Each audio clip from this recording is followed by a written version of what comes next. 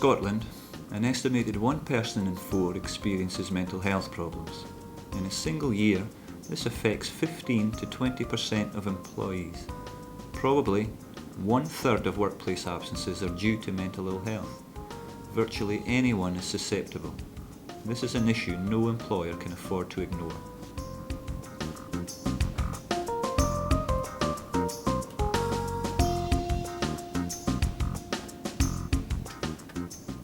A mental illness is a psychiatric disorder which disrupts a person's thinking and affects their feelings, moods, and their ability to relate to others.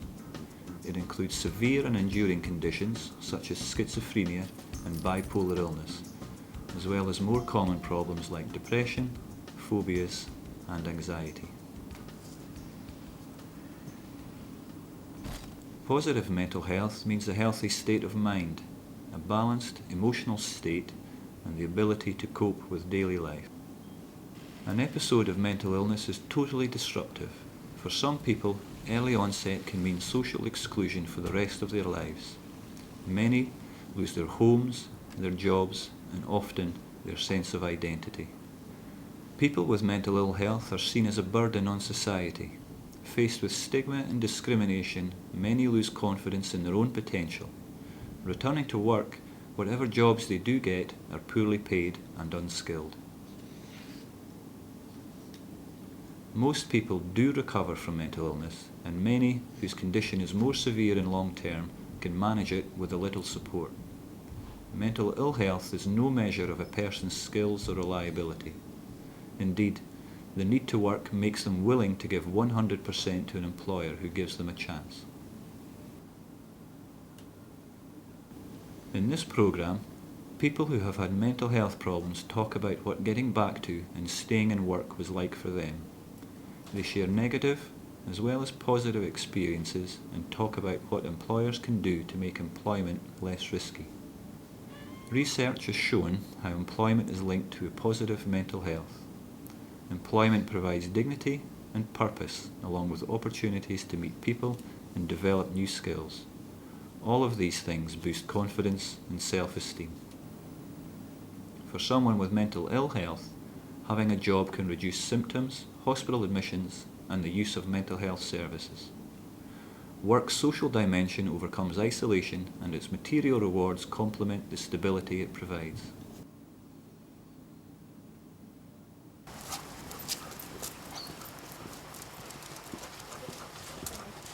Employment's important to me for a variety of reasons. It fulfils a need that I have to be able to work and feel productive, and it gives me the opportunity to have holidays, and it also gives me financial benefits as well, which gives me more power in my life to be able to do the things that I want to be able to do.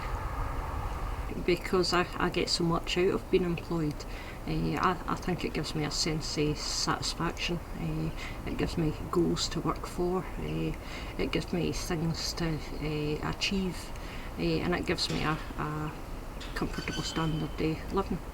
I mean, there's a lot of self-worth attached to employment, and in the end of the day, it also gives you income, which I think is fairly important too.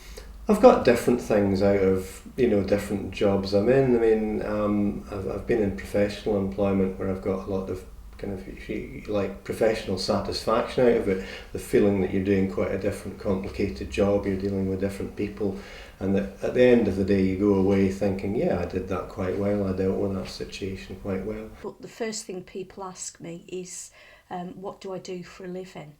And so employment gives you something to focus yourself on.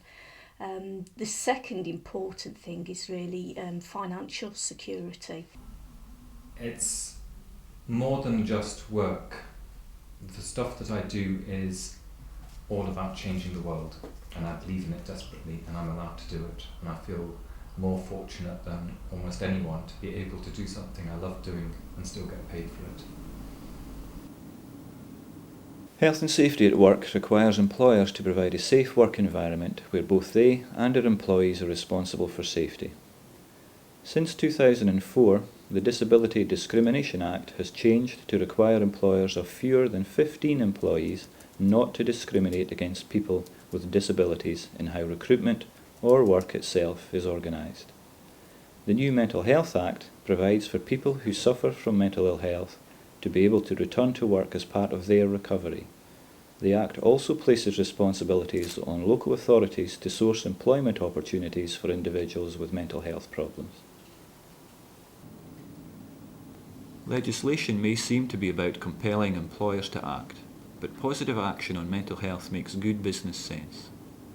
Many adults develop mental health problems during their careers, but making it possible for people to stay at work is cheaper than medical retirement or recruiting someone else, never mind the loss of a worker's experience and skills. Many things in the workplace influence mental health and, in turn, the success of the whole organisation. Positive working relationships, a manageable workload and a good work-life balance are all typical of best practice in a successful business. A positive atmosphere and support at work helps reduce stress and the absences it causes and improves recovery rates. Approximately 2/3 of people with mental ill health believe unrealistic workloads, long hours and poor management caused their problems or made them worse. Many mental health problems at work go unnoticed until they reach crisis, and often these are the contributing factors. Excessive workload, long hours, unrealistic deadlines and tasks increase stress. Poor working relationships or actual harassment and bullying by colleagues and supervisors confirm feelings of not fitting in. Competitive pressures, feeling undervalued and lack of constructive feedback undermine self-esteem. A poor physical work environment is stressful and unproductive. Job insecurity is an additional stress factor. Staff feel powerless when they cannot influence their workload or lack clear responsibilities and boundaries. Sensitive personnel management tasks such as dealing with discipline can also contribute. It is difficult for employers or colleagues to understand mental ill health or to provide support if they don't know what a mental health problem is or how to take positive action. I was working in a job that was promoting the rights of people with mental health problems and promoting their voice. And this was a new sort of job. There were very, very few jobs like this in Scotland. It was maybe the first of its kind in Scotland. And I was desperate to do a good job, but I didn't know much about how you work. I didn't know that if you work into the evening, you're allowed to take time off the next day or the week after. And I didn't have any confidence in my ability. And so for a number of reasons, I worked harder and harder, got tireder and tireder, and along the way my wife had a baby, which is also quite a big influence. And I got to a point where I couldn't stop thinking, and I ended up becoming quite ill, well, very seriously ill for quite a long time. I didn't take time for myself, I didn't look after myself, I didn't accept or look for any critical evaluation of what I'd done, and I think that really damaged me. The first or the final thing that really tipped me over the edge was when I was just unable to sleep at all. I was taking work home, I was working very long days, coming in earlier and earlier, working later and later, taking work home at weekends because I felt under deadline pressures, workload pressures, and working so long without giving myself proper breaks in between and resting and doing the things that I would normally do. I just became totally focused on work, and then I just became more and more inefficient as well, which then fed on itself. I was missing deadlines, and so so it just became this circle or a descending spiral basically. But I suppose I put a lot of time and energy into putting my work face on, as I call it, and trying not to let anybody know that I wasn't coping. So that was probably the biggest mistake that I made. I didn't tell my employer that I had a mental health problem because I felt that if I had have done, I wouldn't have got the job. It was as simple as that. There was no other reason for not telling them. I just didn't feel that I would be employable. It wasn't just me that found the environment stressful. I think the rates for people being off work in a call centre for stress are very, very high. In the past, when I've been unwell at work, I've noticed an increase in weepiness. I've started to avoid people. My motivation to be at work and my pleasure in working has been much reduced. My sick time has increased, and I feel less control in my life in general. I think initially I kept the fact that I had a mental health problem fairly quiet, and I think in many ways made life more difficult for myself, because I would be off work ill for a period of time, come back, there wouldn't be the discussion really much about why I was off. I would just come back, start doing the job again as I was before, and even the interface with the illness and the job, whether stress in the workplace was actually exacerbating my illness wasn't sort of being discussed. Well, things that are stressful normally just became hugely stressful, and it would sort of be, with me, it would be fight or flight. It would be to hang in there and try and keep a hold of this and do this, or do I just end up getting to the stage one day where I sort of phone up and say, I'm sorry, I'm feeling really ill, I can't come back to work. And once I would make that decision, that would often be me off work for a period of time. When employers are aware of the issues and provide the right kind of support, staff turnover and absence through mental ill health reduces. This is best practice and is cost effective. However, mental health awareness must reach all levels of an organisation. Policies and procedures should make access to information and support easy for employees and managers. Communicating and consulting encourages dialogue and makes it normal to discuss any problems which affect work. Unless this is possible, mental health difficulties can remain hidden and only emerge when a crisis is reached. And I think it wasn't until kind of really a few years into the whole thing where I began to articulate a little bit more about my illness and what was happening to me, and I began to strike up a relationship with the occupational health service that the employer had, and they were very helpful. And I could say to them, well, look, this is my problem, this is what I'm suffering from, this is why in some cases the job makes life more difficult for me. And then we were able to start looking at things like, say, how to modify my job so that it was a bit less stressful. I worked too hard, basically, and that was at the root of it. I had a part in that as well as the people that I work for, because I was asked to do more and more, and I accepted more and more up until the point where it was just unsustainable, really. It was just got to the point where it was too dangerous, and I ended up moving beyond normal stress into becoming really quite unwell for a number of months. After I became unwell, I discovered that we have a very good and robust occupational health system, which really I should have made use of much earlier. I did and I do still have supportive bosses. If I'd been more honest with them at the time, perhaps they could have stepped in and directed me towards occupational health.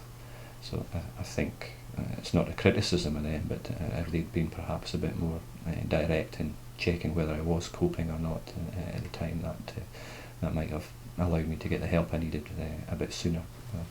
I think a lot of employers are scared of employing people with mental health problems because they feel that these people are going to have problems in the workplace or are going to be off work for periods of time.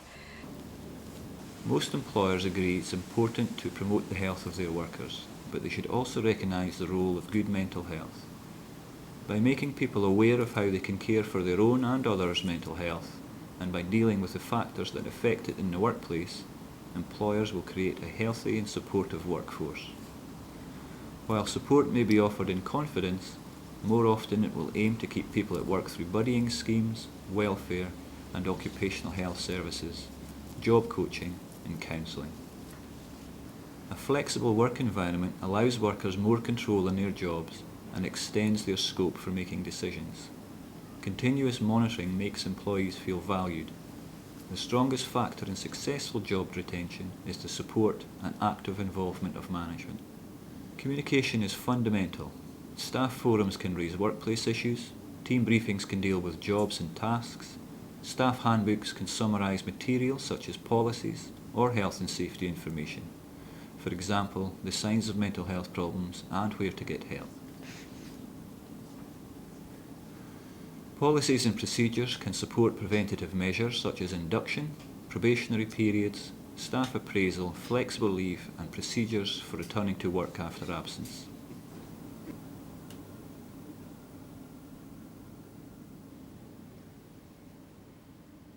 We're in the business of producing food, and the approach that's developed over the last couple of years has taken a much more holistic view of that whole process of food production.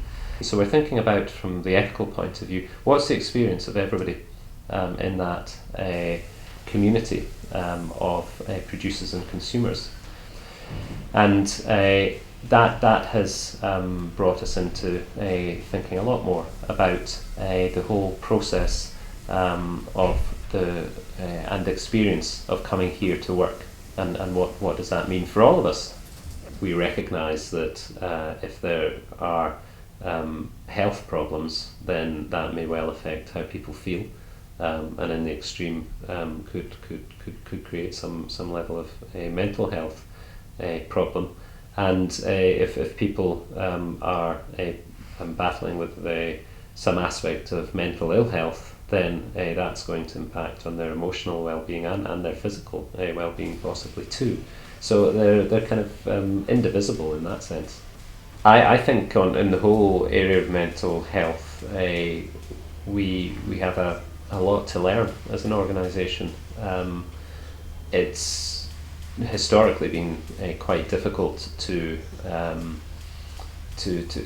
glean that knowledge, partly because it hasn't been high up our priority list, and again the day-to-day business stuff can easily crowd a lot of this out.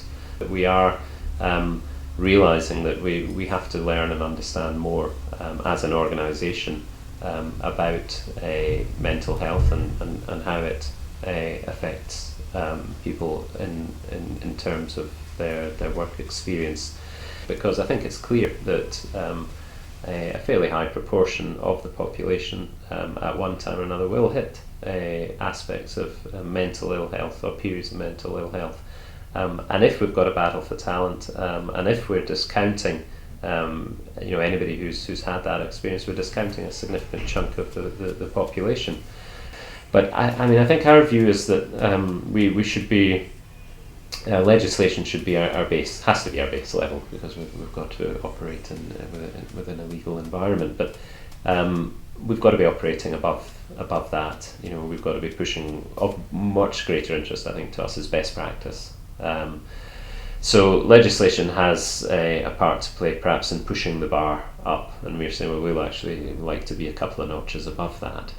We're living in an increasingly diverse society, and I think that good employees, or good potential employees of the future, are going to assess organisations before they join them. They're going to look for a range of measures, and perhaps we'll begin to see one of those measures being how is this organisation approaching this whole question of diversity within the business. Well, I think you've got to be quite visionary about this, because there are a lot of pressures there that can easily put one off from doing this, the economic, the commercial pressures. Although, having said all of that, it makes good business sense. Otherwise, if this did not make good commercial sense from the point of view of the life and the life force of the organisation itself, then we shouldn't be doing it, but it does. People with mental health problems face a number of barriers when returning to work. Employers are suspicious of gaps in work history. At best, these imply lack of experience, and at worst, can support prejudice concerning unemployment and chronic illness. Stigma and discrimination prevent many from returning to work. For some, job opportunities are denied. For others, fear of discrimination stops them applying.